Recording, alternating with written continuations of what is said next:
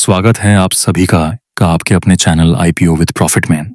आज हम बात करने वाले हैं एक ऐसे इवेंट की जो जून 2006 में इंडियन स्टॉक मार्केट का सबसे बड़ा वेल्थ क्रिएशन अपॉर्चुनिटी भी बन सकता है और कुछ इन्वेस्टर्स के लिए रिस्क भी।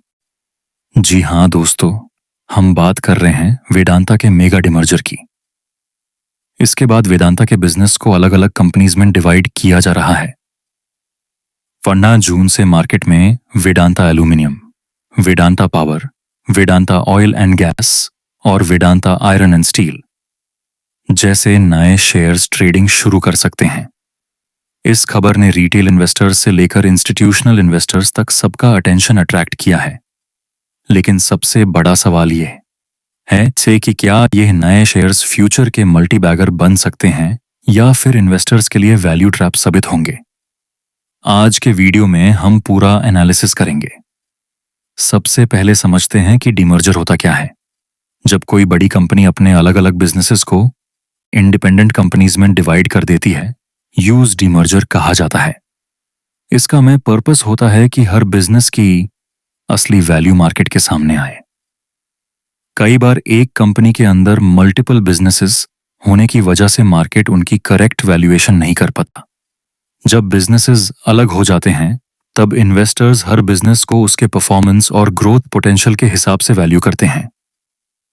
इसी प्रोसेस को वैल्यू अनलॉकिंग भी कहा जाता है। वेदांता के केस में भी कुछ ऐसा ही हो रहा है। अब तक वेदांता के under mining, metals, power, oil and gas और आयरन एंड स्टील जैसे कई बिजनेसेस ऑपरेट कर रहे थे। लेकिन अब कंपनी ने इन बिजनेसेस को सेपरेट एंटिटीज में डिवाइड करने का डिसीजन लिया है। इसका मतलब है कि इन्वेस्टर्स को हर बिजनेस का अलग एक्सपोजर मिलेगा।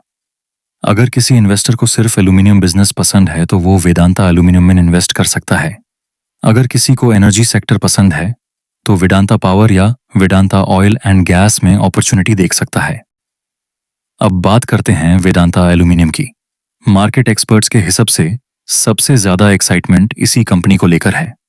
एल्यूमिनियम की demand globally electric vehicles, renewable energy projects, infrastructure development और एरोस्पेस इंडस्ट्री की वजह से लगातार बढ़ रही है। इंडिया भी इंफ्रास्ट्रक्चर स्पेंडिंग को अग्रेसिवली इंक्रीज कर रहा है। ऐसे में एल्यूमिनियम बिजनेस के लॉन्ग टर्म प्रोस्पेक्ट्स काफी स्ट्रॉन्ग नजर आते हैं। इसी वजह से कई एनालिस्ट्स मान रहे हैं कि डीमर्जर के बाद वेदांता एल्यूमिनियम को प्रीमियम वैल्यूएशन मिल सकता है।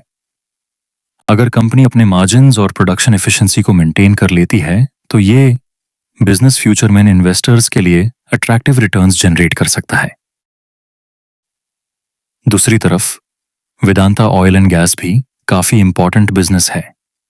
एनर्जी डिमांड हर साल बढ़ रही है और भारत अपनी एनर्जी सिक्योरिटी को स्ट्रेंथन करने की डायरेक्शन में काम कर रहा है। ऑयल और gas segment traditionally cash generating business माना जाता है, इसलिए मार्केट पार्टिसिपेंट्स का मानना है कि वेदांता ऑयल एंड गैस भी इन्वेस्टर्स का स्ट्रॉन्ग अटेंशन अट्रैक्ट कर सकता है। अगर क्रूड ऑयल प्राइसेस सपोर्टिव रहे और प्रोडक्शन लेवल्स इंप्रूव होते रहे तो ये बिजनेस भी वैल्यू क्रिएशन कर सकता है। अब बात करते हैं वेदांता पावर की। इंडिया की इलेक्ट्रिसिटी डिमांड रिकॉर्ड हाईज पर पहुंच रही है। Manufacturing growth, data centres, electric vehicles और अर्बनाइजेशन की वजह से पावर कंजम्पशन बढ़ रहा है। इस ट्रेंड का बेनिफिट पावर कंपनीज को मिल सकता है, लेकिन पावर सेक्टर में रेगुलेटरी रिस्क्स और फ्यूल कॉस्ट फ्लक्चुएशंस जैसे चैलेंजेस भी होते हैं। इसलिए इन्वेस्टर्स को सिर्फ ग्रोथ स्टोरी देखकर इन्वेस्टमेंट डिसीजन नहीं लेना चाहिए। कंपनी की प्रॉफिटेबिलिटी और फ्यूचर एक्सपेंशन प्लान्स को भी एनालाइज करना जरूरी है। वेदांता आयरन एंड स्टील भी डीमर्जर का एक इंपॉर्टेंट हिस्सा है। स्टील और iron industry directly infrastructure growth और इकोनॉमिक एक्टिविटी से जुड़ी होती है। अगर इंडिया का इंफ्रास्ट्रक्चर बूम कंटिन्यू करता है तो इस सेगमेंट को भी फायदा मिल सकता है। लेकिन स्टील सेक्टर साइक्लिक नेचर का होता है। ग्लोबल डिमांड और कमोडिटी प्राइसेस में फ्लक्चुएशंस का डायरेक्ट इंपैक्ट प्रॉफिटेबिलिटी पर पड़ता है।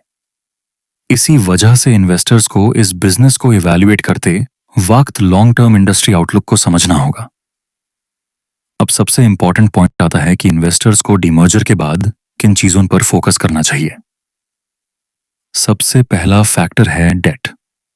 हर कंपनी के पास कितना डेट एलोकेट किया जाएगा, ये बहुत इंपॉर्टेंट है। अगर किसी कंपनी पर ज्यादा डेट हुआ तो उसकी प्रॉफिटेबिलिटी और वैल्यूएशन दोनों पर प्रेशर आ सकता है। इसलिए इन्वेस्टर्स को बैलेंस शीट को ध्यान से देखना चाहिए। दूसरा फैक्टर है कैश फ्लो। कई बार रेवेन्यू बड़ा होता है लेकिन कैश जनरेशन वीक होती है। लॉन्ग टर्म वेल्थ क्रिएशन के लिए स्ट्रॉन्ग ऑपरेटिंग कैश फ्लो बहुत जरूरी होता है। इसलिए डीमर्जर के बाद इन्वेस्टर्स को हर कंपनी के कैश फ्लो नंबर्स पर नजर रखनी होगी।